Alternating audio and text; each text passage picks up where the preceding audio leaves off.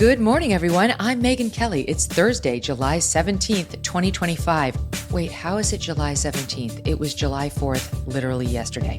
In any event, it is July 17th, and this is your AM update. I mean, to me, it looks like he committed mortgage fraud. No, he's a bad guy, Schiff. He's a sick puppy. Senator Adam Schiff, a fierce critic of President Trump, criminally referred to the DOJ regarding potential mortgage fraud. Was Joe Biden fit to exercise the duties of the president? He pled the fifth. Former First Lady Jill Biden's powerful top aide refuses to answer House Oversight Committee questions in the investigation into the possible criminal cover-up of President Biden's mental decline. And a fiery House hearing shines light on how billions of U.S. taxpayer dollars were used by non-governmental organizations, or NGOs, to facilitate President Biden's border crisis.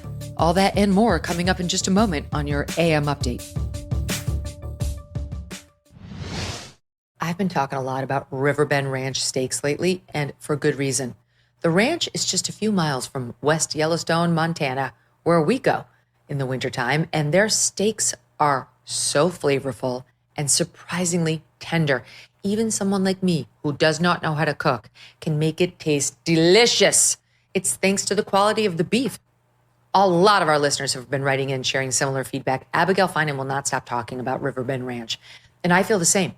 So these guys raise Angus cattle, but they've taken it even further. For 35 years now, more than 3 decades, the owner has selectively bred Angus cattle with superior genetics for marbling and tenderness. It's all about the marbling and the tenderness, creating a herd that truly stands out. Their beef is born, raised, and processed too entirely inside America without artificial growth hormones or antibiotics. And it is shipped directly from the ranch to your door. Riverbend Ranch is not just another beef company. It's a legacy of quality care and craftsmanship that you can taste in every bite. Order from riverbendranch.com. Use the promo code Megyn for $20 off your first order, and you'll be eating the same steak that my family and I eat at night. And let me know what you think. riverbendranch.com, promo code Megyn. The head of the Federal Housing Finance Agency, William Pulte, criminally referring U.S. Senator from California, Democrat Adam Schiff, to the DOJ alleging mortgage fraud. Fox News on Wednesday publishing the referral letter, which was sent to the DOJ in May. The letter accusing then Congressman Schiff of misrepresenting his primary residence to obtain favorable mortgage terms. In 2003, Congressman Schiff and his wife declaring a Maryland property as their primary residence, despite his role as a California congressman, reaffirming the property as the primary residence several times in refinancings. Meanwhile, Mr. Schiff also reportedly claiming a tax break on a Burbank, California condo, declaring it his primary residence as well. From the criminal referral, quote, Mr. Schiff appears to have falsified records in order to receive favorable loan terms, and also appears to have been aware of the financial benefits of a primary residence mortgage when compared to a secondary residence mortgage. CNN first reporting this story in 2023 in the lead up to Mr. Schiff's Senate election. A spokesperson saying at that time, quote, Adams' California and Maryland addresses have been listed as primary residence for loan purposes because they are both occupied throughout the year and to distinguish them from a vacation property. Now it's Senator Schiff, a leading resistance member against President Trump during his first administration and to this day. As chair of the House Intelligence Committee, Mr. Schiff spearheading President Trump's first impeachment, serving as the Democrat face of the House Russia collusion investigation, and participating in the January 6th Select Committee, for which he received a preemptive pardon from President Biden's auto pen. In 2023, Schiff was censured by the House for lying about those Russiagate allegations, which rebuke Schiff later said he considered a badge of honor. President Trump reacting Wednesday on Real America's Voice. He looks to me like he did commit that. I looked at it just recently. I read a story about it, and it's, to me, it looks like he committed mortgage fraud. No, he's a bad guy, Schiff. He's a sick puppy. He's unattractive in every single way. Every single way you can be unattractive, that Schiff. He's a bad guy. No, if he created fraud, he should suffer just like he made everyone else suffer, just like the horrible things he did to so many Republicans and conservatives and others too. Now, Senator Schiff responding in this video posted Tuesday to social media. So he's accused me of treason. He's also accused me of leaking classified information. He's accused me of fraud. It's been basically one thing after another, all baseless, all without merit. So the president today is accusing me of fraud, and the basis of his accusation is that I own a home in Maryland and I own a home in California. Big surprise. Members of Congress, almost all of them own more than one home or rent more than one home. That may be true, but legally, only one can be the primary residence. It is unclear if the Justice Department is actively investigating this case after the referral. The case echoes a similar investigation referred to the DOJ by the Federal Housing Finance Agency regarding New York State Attorney General Letitia James, another Trump antagonist, for potential mortgage fraud. That case led to a criminal investigation by the DOJ, with the FBI issuing 2 subpoenas. No formal charges have yet been issued against James, who denies any wrongdoing. Coming up, First Lady Jill Biden's top aide invoking the Fifth Amendment as the House Oversight Committee investigates allegations of a cover-up involving President Biden's cognitive decline. And the House Homeland Security Committee holds a hearing on the role of NGOs in Biden's border crisis. The worst part of cooking meat? Being chained to a scorching stove, sweating, squinting through smoke, singeing your eyebrows only to serve something that's half jerky, half still mooing. Those days are over. Chef IQ Sense is a smart wireless cooking sensor that goes right into whatever you're making. It's like a meat thermometer, but way smarter. It takes the guesswork and stress out of cooking. Just insert it, open the Chef IQ app, choose your doneness, and the Chef IQ monitors will predict exactly when your food will be ready. No more opening hot ovens, hovering over grills, or babysitting air fryers. And when it's done, Chef IQ Sense sends an alert straight to your phone. No more guessing. Now you can kick back, hang with guests while dinner basically cooks itself. This wireless cooking sensor just announced a flash sale too. Summer grilling season is here, and Chef IQ Sense makes you a grill master easily. So get 15% off by visiting chefiq.com and use the promo code MK. Again, that's chefiq.com. Enter that promo code MK to save yourself money when you check out. Former First Lady Jill Biden's former Chief of Staff, Anthony Bernal, invoking the Fifth Amendment against self-incrimination Wednesday in front of the House Oversight Committee. Bernal is now the second person to refuse to answer questions in the committee's investigation into the potential criminal cover-up of President Biden's mental decline while he was in office. Last week, President Biden's longtime physician, Dr. Kevin O'Connor, also declining to answer the committee's questions, pleading the Fifth. Oversight Chairman James Comer on the Hill shortly after ending the meeting with Bernal. Just so everyone knows, these are the types of questions we asked. Was Joe Biden fit to exercise the duties of the president? He pled the Fifth. Second question, did any unelected official or family member execute the duties of the presidency? And this is Joe Biden's Chief of Staff. Did any unelected officials or family members ever execute the duties of the presidency? Simple question. He knew he was going to be asked that. Everybody in America wants to know that. He pled the Fifth. We believe there was illegal use of the auto pen.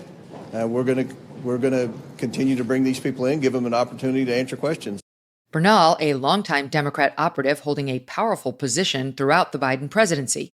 While in the Biden White House, Bernal developing quite the reputation, some say as a tyrant, but certainly as someone with an unusual amount of power.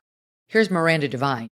Anthony Bernal is the diminutive gay factotum of Jill Biden, absolutely devoted, very loyal to both the Bidens. He's been with Jill Biden since Joe Biden was vice president, so over a decade. He dresses her, he glams her up, He plans overseas trips they take together on Air Force One during Joe Biden's presidency. And he and one other staffer were the only people who were allowed into the residence from the White House staff. They were the only ones who were allowed to see Joe Biden in the wild, as it were. And Jill Biden trusted her chief of staff, Anthony Bernal, implicitly with all the family secrets. Bernal's lawyer releasing a statement on Wednesday provided to the Oversight Committee, reading in part, quote, "The committee seeks Mr. Bernal's testimony based on a purported controversy regarding use of the auto pen at the conclusion of President Biden's term. President Biden has already confirmed that he personally made all decisions concerning his grants of clemency." Not exactly. Government watchdog group The Oversight Project finding the vast majority of documents in the Biden White House were signed with the auto pen. Previous testimony from senior Biden aide Neera Tanden confirming that the people in charge of the auto pen often had little FaceTime with President Biden directly, and earlier this week, Mr. Biden confirmed to the New York Times that he would sometimes approve pardons that would go through aides to other aides, and then when confirmation was sought by those junior aides, a middle aide would simply reply all with the appropriate directions.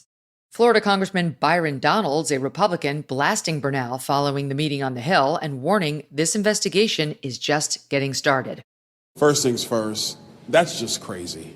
You can't answer a simple question about the former president's ability to discharge his duties, and you worked in the White House as chief of staff to the First Lady, and you come in here and you plead the Fifth. It's stunning, and it demonstrates the level of corruption that was going on in that administration. The chairman is being nice. I don't have to be. This is corruption at the highest level. Because if you cannot answer a simple question about Joe Biden's capabilities, then that further demonstrates that he was not in charge of his administration.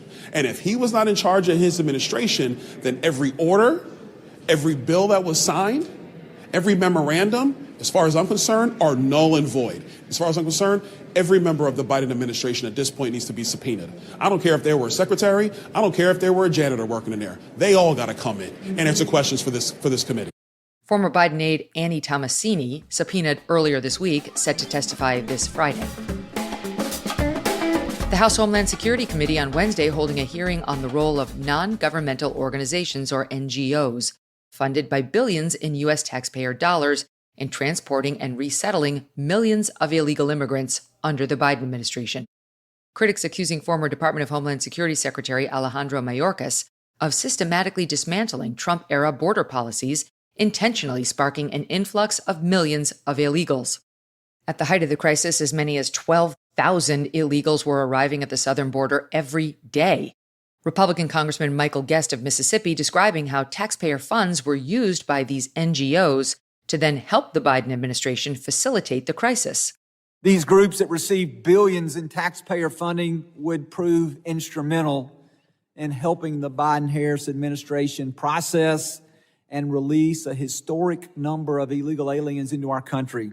These groups spent billions of taxpayers' dollars to provide all types of benefits to illegal aliens. So our taxpayer dollars were used to form the final link in the cartel's human smuggling operation, paying to help illegal aliens travel to their preferred destinations: Chicago, New York, Miami, Los Angeles, or other destinations of choice. The Biden border crisis provided to be a profitable business for some NGOs. I would argue that these groups had a vested interest in prolonging the crisis. We cannot let taxpayer dollars be used to facilitate lawbreaking, and we must shine a light on this disgraceful step as we begin to hold these organizations accountable. Ranking member of the committee, Democrat Congressman Benny Thompson, in his opening remarks, calling the hearing a sham, accusing Republicans of attacking religious organizations carrying out charitable works. Republicans falsely accuse Catholic, Jewish, Lutheran, Methodist, evangelical, Muslim, and secular charities that feed, clothe, and aid the needy of having, quote, supercharged the business model of cartels, end quote. That is a slanderous accusation and fringe conspiracy theories with no basis in reality. Today's hearing are shameful abuses of congressional power to bully people for how they choose to exercise their religion and help their fellow man. It's an attack on diverse faith-based organizations over their religious practices, and is a threat to charities that do humanitarian work Republicans do not like. Committee Republicans are attacking charities and religious organizations for providing food, clothing, and shelter to people in need. Witness Mike Howell, president of the aforementioned government watchdog group, the Oversight Project, disputing Mr. Thompson's characterization of these organizations, instead describing an unholy alliance between the government and these NGOs. We saw the writing on the wall during the Biden border crisis, with the sick marriage between the government and so-called non-governmental organizations facilitating illegal immigration. The reason I call these groups so-called non-governmental organizations is because they, for the most part, draw funds from the government or have a preferential tax status from the government. They are more creatures of the government than they are non-governmental. This invasion could not have been accomplished without a colossal partnership between the government and open borders organizations. Simply put, under the Biden administration's open border policies, the government could only do so much to facilitate mass illegal immigration, welcome illegal aliens into the United States, and move them around the country. The Biden administration needed help, so they drove an estimated $6 billion to a conglomerate of 15 UN agencies and over 200 nonprofits, as recently calculated by the Center for Immigration Studies, to do the open borders work for them. Witness Allie Hopper, president of Guard Against Trafficking, with chilling testimony alleging cartels hijacked the unaccompanied child migrant system, turning it into a for-profit trafficking pipeline funded by billions of U.S. taxpayer dollars. I have held a 6-year-old Colombian child in my arms, cold, dirty, and shaking, left to die at the border by the cartel. Over $20 billion has been dispersed under the UAC program, almost $14 billion of that in the last 6 years alone. Yet despite this massive investment, hundreds of thousands of children remain unaccounted for as the U.S. taxpayer dollars fueled a system hijacked by criminal networks. No-bid billion-dollar contracts were awarded with little oversight, while influx facilities became transportation hubs. Children were routinely kidnapped and funneled into the U.S. for profit. Cartels infiltrated NGOs along those smuggling routes, turning humanitarian pathways into trafficking pipelines. Weak sponsor vetting worsened this problem.